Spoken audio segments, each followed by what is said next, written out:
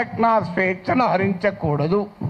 భారత రాజ్యాంగం కల్పించిన ఆర్టికల్ 19(1)A కల్పించిన భావ ప్రజ్ఞా స్వేచ్ఛను హరించకూడదు. హరిస్తే ఏం చేస్తారు? కేసులు పెడతారు. నేను అన్నాను అరెస్ట్ చేస్తారని భయమా సార్ అన్న.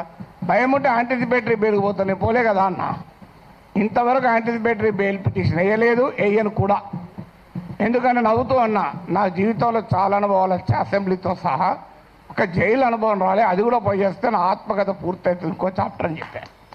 సో అందువల్ల అరెస్ట్లకు భయపడే వాళ్ళమైతే ఇక్కడ దాకా రాకనే పోయేవాళ్ళం.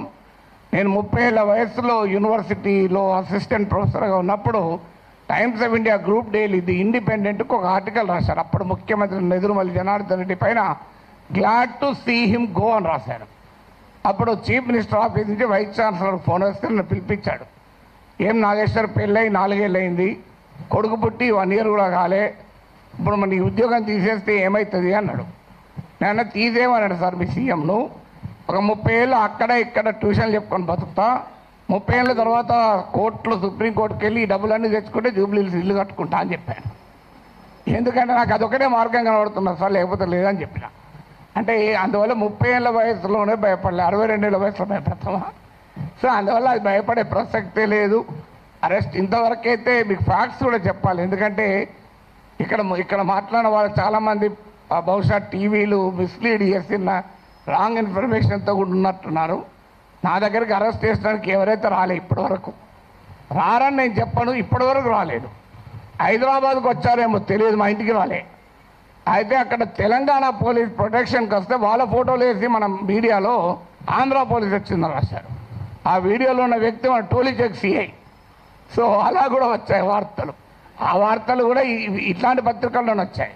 పోనీ వీళ్ళు ఇక్కడ మనకు అర్థం కావాల్సిందంటే, ఒకటి రాజ్యం ప్రభుత్వమే నేరుగా కేసులు పెట్టింది. ఏంటా కేసులు?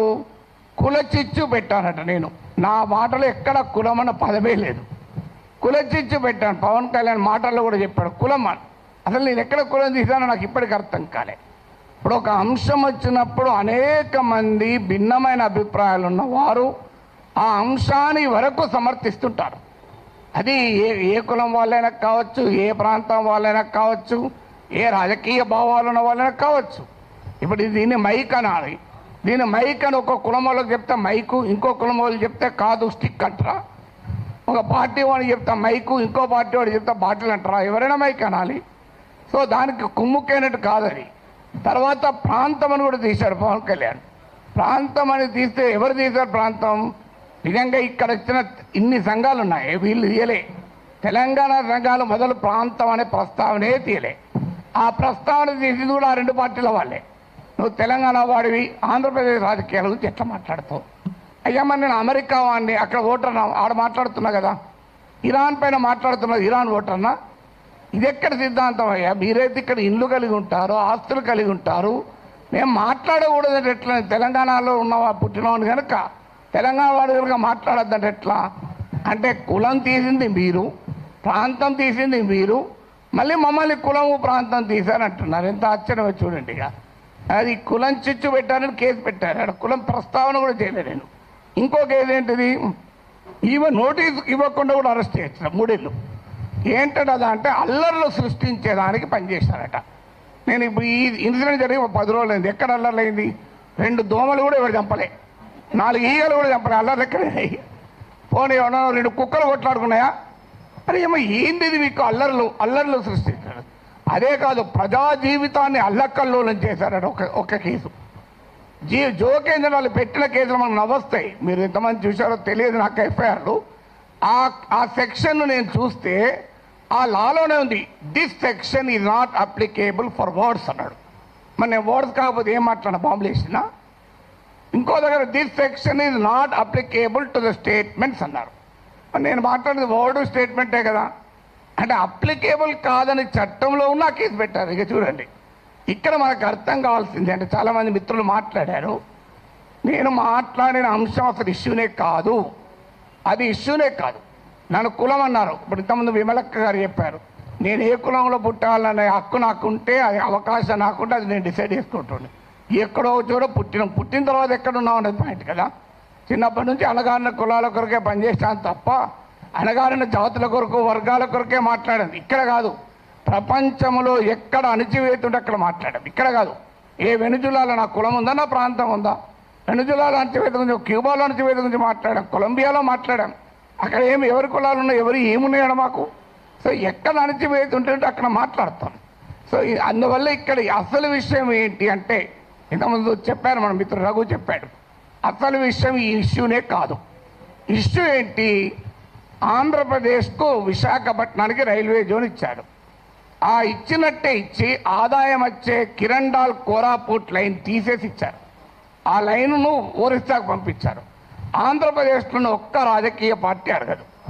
నా పైన గంట సేపు డిబేట్ పెట్టే టీవీ ఛానల్ కూడా అడగవు. విచిత్రం ఏంటంటే, అయ్యా మరి ఈ రైల్వే జోన్ ఇచ్చారు, ఆదాయాన్ని ఇచ్చేదాన్ని తీసుకెళ్ళి ఒరిస్సాలో కలిపారు, ఇది అన్యాయం కదా అని ఒక్కరు అడగలే.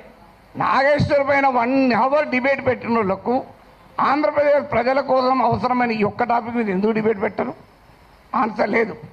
ఇక మీకు మచిలీపట్నం పామర్రు ప్రాంతంలో మీకు విలువైనటువంటి ఆయిల్ అండ్ గ్యాస్ నిక్షేపాల్ని ఓఎన్జీసీ కనుగొంటే అత్యంత చరిత్ర జరిగిన దుర్మార్గ చరిత్ర గల వేదాంతకి ఇచ్చేశారు.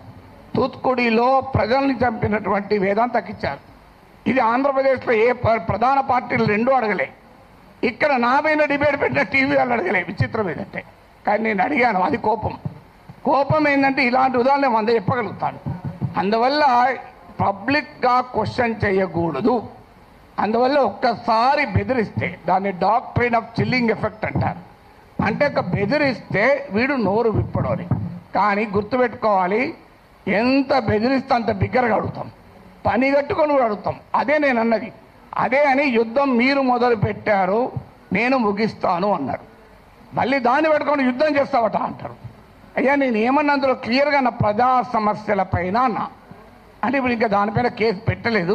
బహుశా ఎఫ్ఐఆర్ ఛార్జ్ షీట్లు యాడ్ చేస్తారో తెలియదు. కానీ ఒక్కటి మాత్రం మళ్ళీ చెప్తున్నాను, మీరు అరెస్ట్ చేసుకుంటారా, కేసులు విత్డ్రా చేస్తారా, చెయ్యరా, అది మీ ఇష్టం. మేము మాత్రం మాట్లాడుతూనే ఉంటాం. We will die but we will not give up our right to free speech అన్నది మా మాట. చావనన్నా చేస్తాం కానీ మాట్లాడే హక్కును వదులుకోము. మీకే అణిచివేత వేసినా దానికి మేము సిద్ధం, సంతోషం. మీరు వస్తారంటే చెప్పండి, టైము ప్లేస్ కూడా చెప్పండి, ఆడికి వస్తా, కావాలంటే అరెస్ట్ చేసుకోండి. Thank you very much.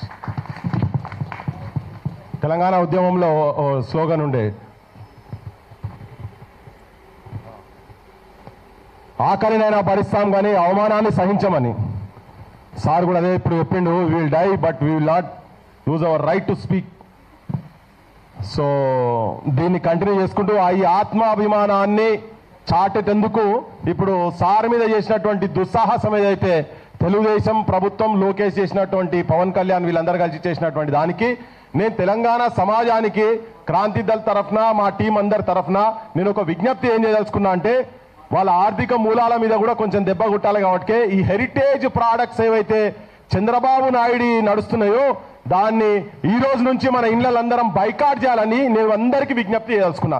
నిజమైన తెలంగాణ వాదులు, మనుషులను ప్రేమించేటువంటి ప్రతి ఒక్కరూ ఇటువంటి దుర్మార్గులు తీసుకొస్తున్నటువంటి బిజినెస్ దందాల మీద దెబ్బ కొట్టాలి, హెరిటేజ్ ను బంద్ చేయాలని చెప్పని మీ అందరికీ విజ్ఞప్తి చేయదలుచుకున్నా. ఇప్పుడు